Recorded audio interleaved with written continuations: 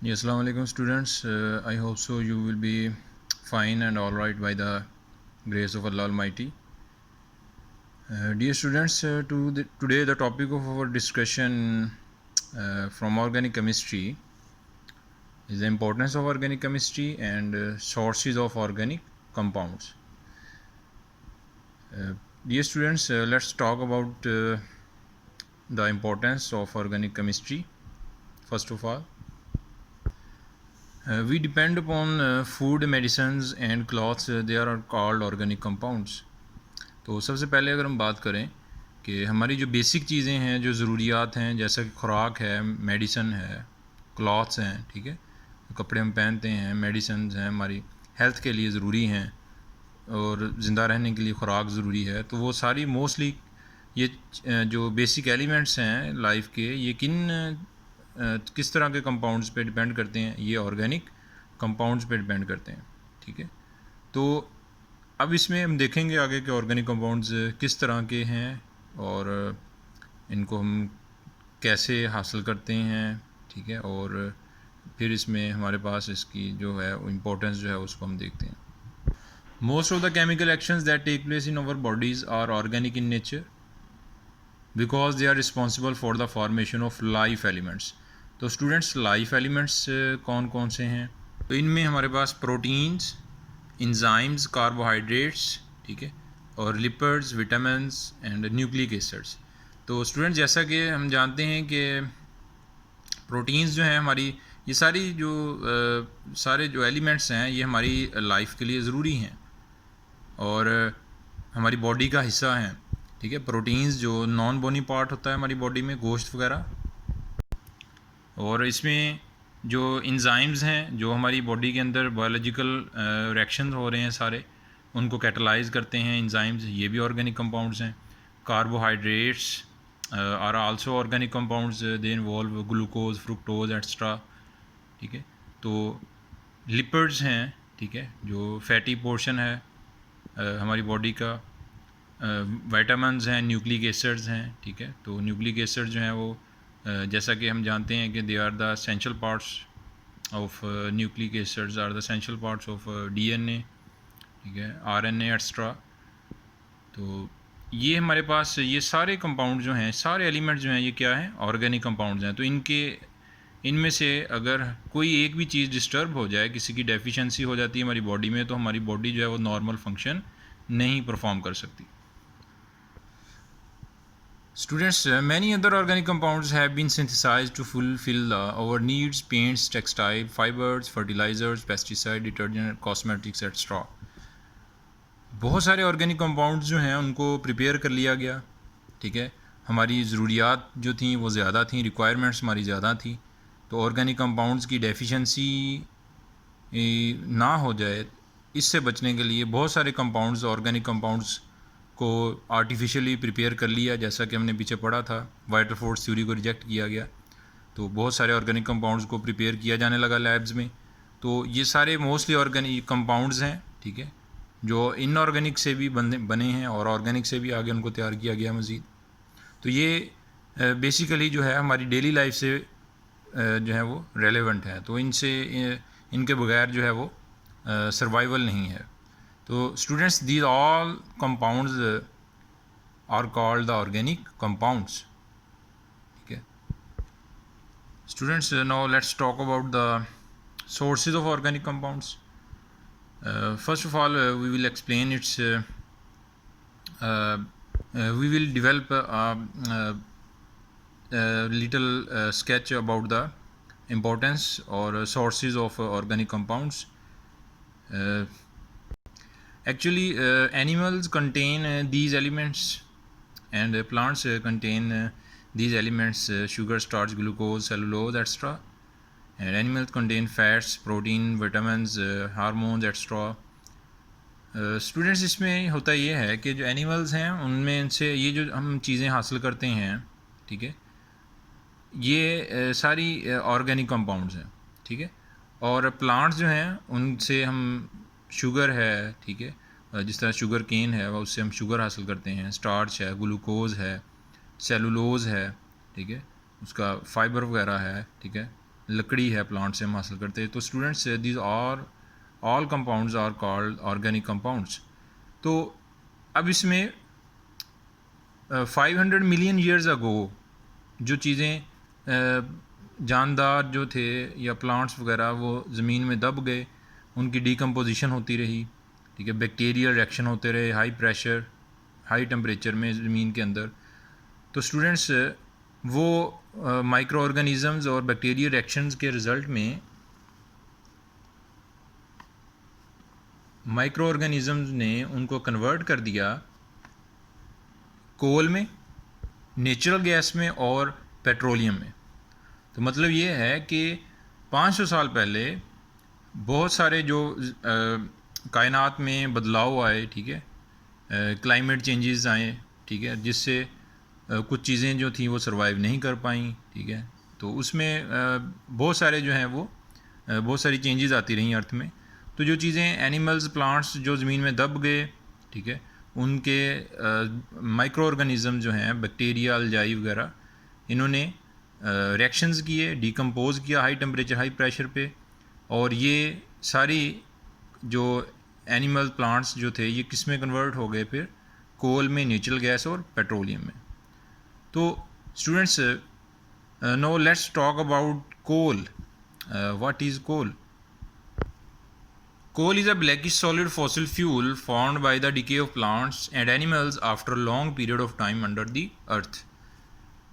Students इसमें जो plants कोल क्या है, कहते हैं कि इसमें जो प्लांट्स हैं, एनिमल जो कई हज़ार साल तक दबे रहे ज़मीन के अंदर, ठीक है, बैक्टीरियल रिएक्शन होते रहे, ठीक है, तो वो किस में कन्वर्ट हो गए? कोल में, ठीक है। कोल जो है ये सॉलिड मटेरियल है और इसका कलर जो है वो ब्लैक होता है, जिसे हम कोयला भी कहते हैं, ठीक है। तो इसको कहाँ यूज़ किया जाता है, इसकी क्या एप्लीकेशंस हैं, ठीक है, उसको हम देखते हैं, और ये कैसे इसकी कौन सी स्टेजेस हैं जिनसे गुज़र के जो है वो कोयला बनता है। तो ये स्टूडेंट्स इसकी ब्लॉक डायग्राम है। तो ये सारा साइकिल इसमें दिया हुआ है कि कोयला जो है वो ज़मीन में कैसे बनता है, ठीक है। तो सबसे पहले वुड है, प्लांट वगैरह जो दब गए ज़मीन के अंदर, ठीक है, ये कई काफ़ी इसमें ये 500 मिलियन ईयर्स का जो है ये प्रोसेस है, ठीक है। ये कोई 2 या 3 दिन का प्रोसेस नहीं है कि जो हमें हो जाता है, साइकिल कंप्लीट होता है। लकड़ी है, इसमें ये ज़मीन के अंदर हाई प्रेशर हाई टेम्परेचर के रिजल्ट में पीट में कन्वर्ट होगी। तो स्टूडेंट्स ये पीट जो है इसमें कार्बन कंटेंट्स 50 to 55% है, ठीक है। तो जैसे जैसे ड्यूरेशन बढ़ता जाएगा कार्बन की परसेंटेज बढ़ती जाएगी, अदर एलिमेंट्स जो होंगे वो क्या होते जाएंगे? डीकम्पोज होते जाएंगे, ठीक है। तो नेक्स्ट लिग्नाइट में कन्वर्ट हुआ, ठीक है, बैक्टीरियल केमिकल रिएक्शंस के रिजल्ट में, हाई टेम्परेचर प्रेशर के रिजल्ट में। तो 65 to 70% कार्बन हुआ, ठीक है। फिर ये बिटुमिनस कोल में कन्वर्ट हुआ, उसमें 80 to 85% कार्बन कंटेंट्स हैं। देन एंथ्रासाइट, ठीक है। तो students anthracite contain maximum carbon contents, ठीक है। So it is called, therefore it is called a coal, ठीक है। तो इसमें कार्बन कंटेंट्स बहुत ज़्यादा होते हैं तो हम इसी को कोल कह देते हैं, ठीक है। तो कोल के अंदर मैक्सिमम परसेंटेज होती है किसकी? कार्बन की, जिसे हम कोयला कहते हैं। Now if we talk about its consumption, 80% of coal is use to bake bricks while 20% is use to for other purposes, ठीक है। तो इसमें या डोमेस्टिक पर्पस के लिए हम यूज़ करते हैं। तो 80% जो कोयला है वो भट्टियों के अंदर ईंटों की भट्टियों के अंदर यूज़ होता है ईंटों को पकाने के लिए, ठीक है। और बाकी जो 20% है वो हमारे फ्यूल के तौर पे घरों में, ठीक है, कुकिंग पर्पस के लिए हम यूज़ कर सकते हैं, या मोटर बाइक्स वगैरह में हम यूज़ कर लेते हैं एज आ फ्यूल जो है वो उसे यूज़ कर लेते हैं।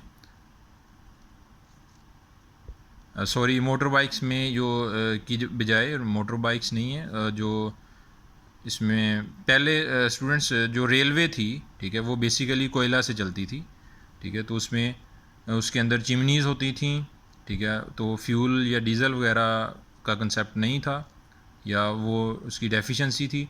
तो उसके अंदर जो कोयला जो था उसको फिल कर दिया जाता था, ठीक है।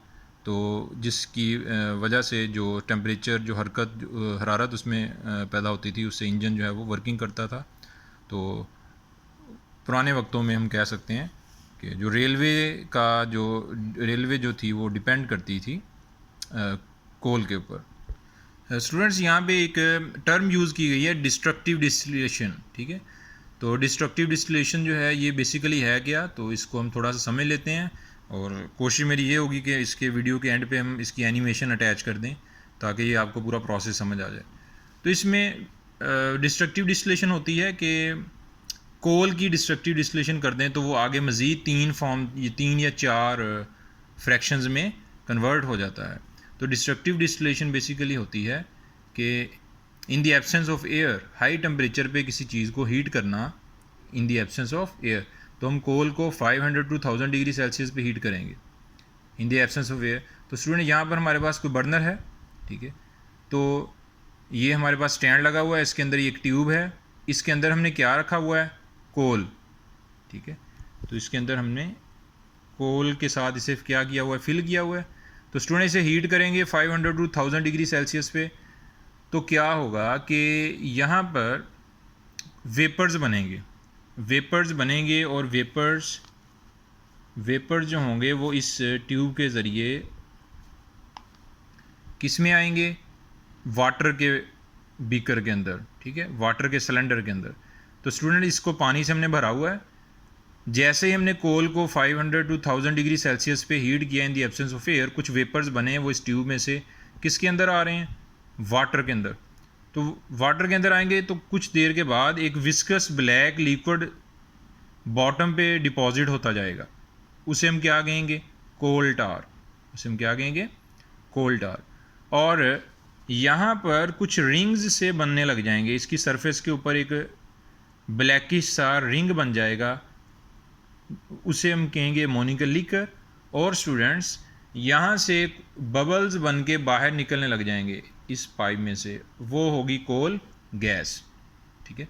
तो मतलब ये हुआ कि जब हमने कोल को 500 to 1000 डिग्री सेल्सियस पे हीट किया तो और वाटर के अंदर उसके वेपर्स को जाने दिया, तो कुछ चीज़ें नीचे बैठ गईं, उसे कोल टार का ब्लैक कलर में, ठीक है। एक लेयर सी बन गई, रिंग से बन गए, उसे अमोनियम लिकर कहा गया, और कुछ बबल्स की फॉर्म में कोल गैस जो थी वो यहाँ से निकल गई। तो एक कोल जो है उस डिस्ट्रक्टिव डिस्टिलेशन के रिजल्ट में 3 कंपोनेंट्स में डिवाइड हुआ।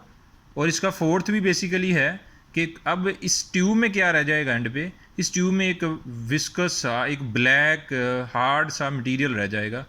स्टूडेंट उसे कहेंगे कोक, उसे हम क्या कहेंगे, कोक। तो कोक जो होता है उसमें मैक्सिमम कार्बन कंटेंट्स होते हैं, 90% प्लस उसमें कार्बन होती है, पाई जाती है। तो ये स्टूडेंट्स डिस्ट्रक्टिव डिस्टिलेशन है किसकी, कोल की। स्टूडेंट्स नेक्स्ट हमारे पास आ जाती है नेचुरल गैस। तो नेचुरल गैस क्या है बेसिकली, कि it is a mixture of low boiling hydrocarbons and its major parts is methane. तो इसमें स्टूडेंट्स प्रोपेन भी है, इसमें जो आइसोपेंटेन भी है, और इसमें ब्यूटेन भी आ जाती है, ठीक है, और इसमें इथेन की परसेंटेज भी आ जाती है। तो नेचुरल गैस में मैक्सिमम जो है 80% प्लस कौन सी गैस पाई जाती है, मीथेन पाई जाती है, ठीक है। तो it is found by the decomposition organic compounds. तो स्टूडेंट्स इसकी भी वही कंपोजिशन है, ठीक है, कि ऑर्गेनिक जो मैटर है जो इसमें बरीड है था, ठीक है, 500 मिलियन ईयर्स अगो से, तो वो उसमें डिकम्पोज हुआ, बैक्टीरिया रिएक्शंस हुए, ठीक है, और वो कन्वर्ट हो गया नेचुरल गैस में। In Pakistan natural gas is very cheaper, therefore it is used as fuel in industries, ठीक है, एंड होम्स। तो स्टूडेंट इसको फ्यूल के तौर पे मोटर बाइक्स में, व्हीकल्स में हम यूज़ करते हैं, क्योंकि पाकिस्तान में ये ज़रा चीपर है, ठीक है। तो पेट्रोल के अल्टरनेटिव हम इसे यूज़ करते हैं, ठीक है। तो और इंडस्ट्रीज़ में भी इसको फ्यूल के तौर पे यूज़ किया जाता है। Dear students, now let's talk about the petroleum. Petroleum is also called crude oil in its unrefined form. तो स्टूडेंट्स जो ज़मीन से हमें एक तो गैस मिली, ठीक है, नेचुरल गैस जिसे हमें कहा, हमने दूसरा कोल कहा, सॉलिड फॉर्म में मिला, और एक हमें एक विस्कस सा लिक्विड मिल रहा है ज़मीन से, ठीक है, जिसे हम खाम तेल भी कहते हैं। तो इसका डार्क ब्राउन कलर होता है, ब्लैकिश सा ये लिक्विड होगा, और इसमें बहुत सारी फ्रैक्शंस होती हैं। इसमें कैरोसिन ऑयल भी होता है, इसमें गैसोलीन भी होती है, ठीक है, और इसमें डिफरेंट जो है वो फ्रैक्शंस होती हैं जिनको बाद में डिस्टिलेशन के रिज़ल्ट में इनसे अलग किया जाता है, ठीक है। तो रिफाइंड फॉर्म में क्रूड ऑयल जो ज़मीन से निकलता है, ठीक है, उसे हम पेट्रोलियम कहते हैं। तो इसमें डार्क ब्राउन विस्कस लिक्विड है। पेट्रोलियम कैसे बनता है, क्या सोर्स है इसका बनने का, तो सेम सोर्स है इसका भी। Petroleum was formed from the remains of ancient marine organism such as plants, algae and bacteria. तो जो बरीड जो थे ज़मीन के अंदर प्लांट्स हैं, एनिमल्स हैं, ठीक है, उनकी डीकम्पोजिशन होती रही तो सेडिमेंट्री रॉक्स में, ठीक है, तो ये दब के जो कई हज़ार साल तक जो है वो इसमें इनका ये डीकम्पोजिशन रिएक्शन चलते रहे, डिके होता रहा, ठीक है, तो ये पेट्रोलियम में कन्वर्ट हो गए। तो इसमें students crude oil is refined to obtain many petroleum fractions. तो हम क्रूड ऑयल जो है उसको डिफ़ाइन करके बहुत सारी पेट्रोलियम फ्रैक्शंस जो है वो हासिल कर लेते हैं। तो इसके लिए आपकी बुक पे जो टेबल दिया हुआ है फ्रैक्शंस का वो आपने याद करना है, उसको अच्छे तरीके से लिख के याद करना है कि कौन कौन सा हाइड्रोकार्बन है, उसमें क्या उसकी परसेंटेज है, उसमें कार्बन की परसेंटेज क्या है, वो सॉलिड फॉर्म में पाया जा रहा है या लिक्विड फॉर्म में पाया जा रहा है, ठीक है, तो उसको आपने रेडी करना है। तो स्टूडेंट्स कुछ इसमें शॉर्ट क्वेश्चंस पेपर में आते हैं बोर्ड में या एमसीक्यूज वगैरह, तो उसके लिए इसमें ऑयल रिफाइनरीज दी हुई हैं। There are 4 total oil refineries in Pakistan. One of them is Attock oil refinery, ठीक है, located at Morgah near Rawalpindi. तो स्टूडेंट इसकी 1.25 million tons oil refining capacity है, ठीक है, और 2 ऑयल रिफाइनरीज जो हैं वो कराची में हैं, उनकी 2.13 मिलियन जो है वो टन जो है वो रिफाइनिंग कैपेसिटी है। और पाक अरब ऑयल रिफाइनरी है इस महमूद कोट में, मुल्तान के अंदर, ठीक है, महमूद कोट के करीब। तो ये पाक अरब ऑयल रिफाइनरी जो है इसकी ऑयल रिफाइनिंग कैपेसिटी जो है वो भी 2 मिलियन टन से ज़्यादा है। तो स्टूडेंट्स यहाँ पे एक टर्म यूज़ हुई है फ्रैक्शनल डिस्टिलेशन। तो फ्रैक्शनल डिस्टिलेशन बेसिकली क्या होती है कि अगर हमारे पास लिक्विड्स का मिक्सचर है, ठीक है, लिक्विड्स का मिक्सचर है, फॉर एग्जांपल सिंपल एग्जांपल लेते हैं, अगर हमारे पास अल्कोहल है जिसका बॉइलिंग पॉइंट 78 डिग्री सेल्सियस है, वाटर है जिसका बॉइलिंग पॉइंट 100 डिग्री सेल्सियस है, ठीक है, तो इनको हमने एक दूसरे से सेपरेट करना है। तो हम क्या ऐसे करेंगे सेपरेट, ठीक है, we will separate the water from alcohol और any liquid from the mixture of liquids on the basis of their boiling points, ठीक है। तो बॉइलिंग पॉइंट्स की बेस पे तो हम इसे हीट करेंगे। सबसे पहले हम हीट करेंगे तो जैसे ही तो सबसे पहले इनमें से कौन बॉयल करेगा, अल्कोहल। जैसे ही टेम्परेचर 78 पे जाएगा तो बॉयल करेगी, तो मैक्सिमम वेपर्स किसके जाएंगे, अल्कोहल के। तो अल्कोहल के वेपर्स यहाँ पे कंडेंसर लगा हुआ है, कंडेंसर क्या करता है, अल्कोहल के वेपर्स को कंडेंस कर देगा, ठंडा कर देगा, दोबारा किस में चले जाएंगे, लिक्विड में। तो स्टूडेंट्स हीट करते जाएँ 78 डिग्री पे हमने टेम्परेचर को मेंटेन कर देना है। तो 78 डिग्री टेम्परेचर जैसे ही आया पहले तो सब मैक्सिमम वेपर अल्कोहल के जाएंगे, और 78 डिग्री हमें पता है बॉइलिंग पॉइंट अल्कोहल का होता है, तो जो मैक्सिमम वेपर जा रहे होंगे वो अल्कोहल के होंगे, उनको ठंडा कर लेंगे, दोबारा लिक्विड में कन्वर्ट कर लेंगे। फिर अगर कोई और लिक्विड है वाटर के साथ जिसका बॉइलिंग पॉइंट जो है वो 80 डिग्री है या 85 डिग्री सेल्सियस है, फिर और टेम्परेचर बढ़ा देंगे, 85 डिग्री पे मेंटेन कर देंगे, तब मैक्सिमम वेपर्स किसके निकलेंगे, जिसका बॉइलिंग पॉइंट 85 होगा, ठीक है, और फिर उसके वेपर्स को कंडेंस करके ठंडा करके अलग कर लेंगे। और इसी तरह एंड पे क्या बच जाएगा हमारे पास, वाटर, ठीक है, जिसका बॉइलिंग पॉइंट इन सब के बाद अचीव होगा जो 100 डिग्री होगा। तो स्टूडेंट्स इस तरह लिक्विड्स को हीट करते हैं। सबसे पहले वो बॉयल होता है जिसका बॉइलिंग पॉइंट थोड़ा होता है, जब उसका हम टेम्परेचर मेंटेन कर देते हैं, हमें पता होता है कि इतना बॉइलिंग पॉइंट है फ़लाँ लिक्विड का, तो सबसे पहले जिसका थोड़ा बॉइलिंग पॉइंट होता है उसका वो टेम्परेचर मेंटेन करते हैं। तो लिक्विड में मिक्सचर में से सबसे ज़्यादा वेपर उसी लिक्विड के जाते हैं, उनको फिर कंडेंस करके अलग कर लेते हैं। फिर उसके बाद स्टेप बाय स्टेप टेम्परेचर बढ़ाते हैं, फिर जिसका उससे थोड़ा ज़्यादा होगा बॉइलिंग पॉइंट उसका मेंटेन कर देंगे, फिर उसके वेपर। तो स्टूडेंट इस तरह हमारे पास हम लिक्विड्स के मिक्सचर में से on the basis of the difference in their boiling points liquids को एक दूसरे से सेपरेट कर लेते हैं। तो इसी तरह पेट्रोलियम जो है उसकी भी फ्रैक्शनल डिस्टिलेशन करके हम उससे डिफरेंट जो है वो फ्रैक्शंस, पेट्रोलियम फ्रैक्शंस हासिल कर लेते हैं, जिसमें कैरोसिन ऑयल आ जाता है, गैसोलीन आ जाती है, ठीक है। तो उसमें डिफरेंट जो है वो ऑयल्स की फ्रैक्शंस आ जाती हैं। तो स्टूडेंट्स, ये हमारा आज का टॉपिक था। तो इस उम्मीद है कि आप लोगों को क्लियर होगी सारी बातें। तो अगर इस कोई प्रॉब्लम हो, कोई इशू हो, मसला हो, तो आप लोग कमेंट्स में पूछ सकते हैं। तो अपना ख्याल रखिएगा। अल्लाह हाफिज़।